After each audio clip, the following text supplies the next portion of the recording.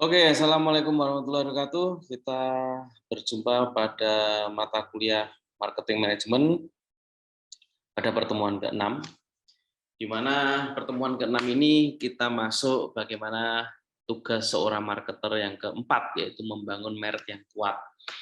Dan ini akan dibahas selama 2 pertemuan, pertemuan ke-6 dan ke-7. Pada pertemuan ke-6 kita bahas STP, dan pertemuan ke-7 akan membahas keunggulan kompetitif. Nah, apa itu STP? Seperti pada pertemuan awal dulu, pertemuan pertama, STP ini kental sekali dengan marketing ya, istilah yang sering didengungkan di ilmu marketing. STP itu apa sih? S adalah segmentasi, T adalah targeting, P adalah positioning. Nah, segmentasi itu mengelompokkan konsumen berdasarkan kategori tertentu. Bisa kategorinya itu geografik, misalkan negara, konsumen negara negara Indonesia, konsumen Malaysia, konsumen Singapura, gitu ya, misalkan. Atau kota, segmentasi konsumen Solo, konsumen Jogja, konsumen Semarang, misalkan. Density kepadatan penduduk, misalkan konsumen dengan density kepadatan penduduk sekian, misalkan kalau di Indonesia ada metropolitan gitu misalkan ya, dengan daerah urban gitu ya. Atau juga bisa dikelompokkan konsumen itu dalam bahasa ya. Misalkan kelompok bahasa China, kelompok bahasa Inggris dan sebagainya, atau area tertentu. Juga bisa dikelompokkan konsumen itu dalam demografi ya, bisa usia ya, kelompok usia 0 sampai 5, 6 sampai 10 misalkan dan sebagainya. Gender, laki perempuan, income pendapatan ya, konsumen dengan pendapatan sekian sampai sekian, sekian sampai sekian gitu ya. Atau edukasi, konsumen SD sampai SMA, kemudian S1, S2, S3 dan sebagainya.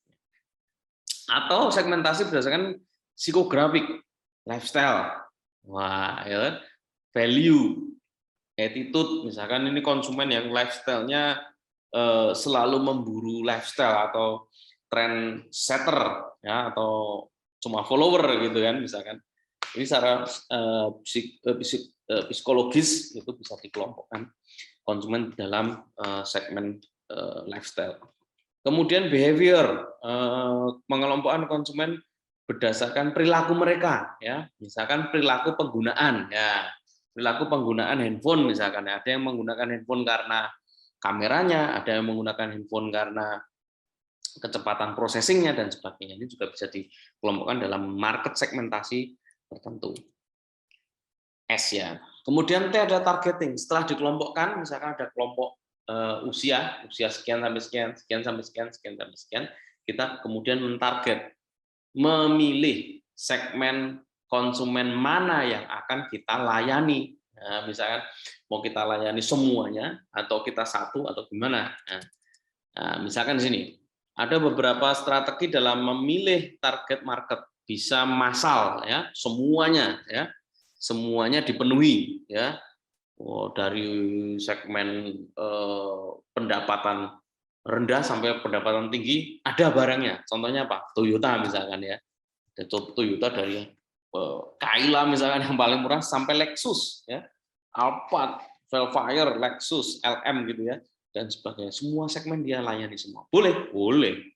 Atau segmented. Ya, memilihlah satu atau dua segmen saja ya. Tapi ada juga yang konsentrasi di niche market, di kecil, few segmen niche ya. Jadi cuma konsumennya cuma sedikit seperti Tesla ya. Dia tidak memilih konsumen yang terlalu banyak, tapi dia memilih segmentasi berdasarkan lifestyle hidup green living ya, dengan baterai sumber daya yang bisa terbarukan mobilnya. Ini kecil sekali, dia tidak memenuhi, tidak bersaing dengan Toyota, tidak bersaing dengan Honda misalnya.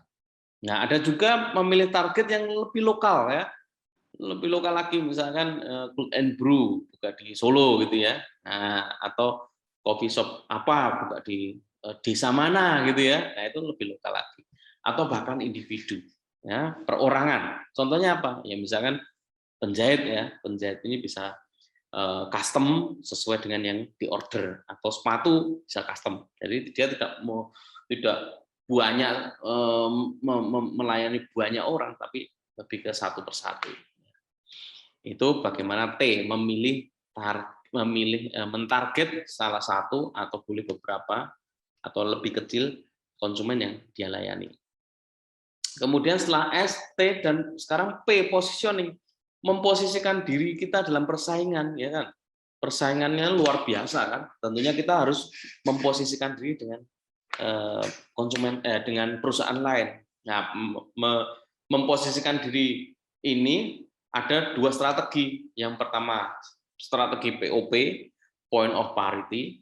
Yang kedua POD, point of difference. Kalau POP berarti kata kuncinya adalah lebih, parity, lebih. Misalkan ada cowok yang mendekati cewek gitu ya, dia menerapkan strategi lebih ya, POP.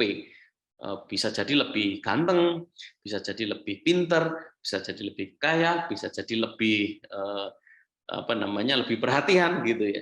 Nah, tetapi kalau menggunakan pendekatan POD, point of difference, berarti dia tidak melebihkan diri dengan yang lain, tapi dia membedakan diri dengan lain. Contohnya apa?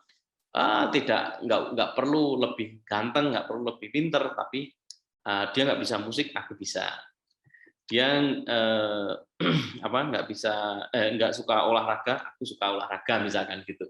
Sehingga memposisikan dirinya beda dengan konsumen lain. Misalkan iPhone ya, iPhone beda karena punya software yang berbeda. Dia tidak memakai Android, tapi dia mengembangkan softwarenya sendiri, yaitu iOS. Ini berbeda. Bukan lebih. iPhone mungkin tidak bisa dikatakan lebih. Kameranya lebih baik daripada Oppo, Vivo yang kameranya luar biasa, bisa beauty banget gitu kan. Tapi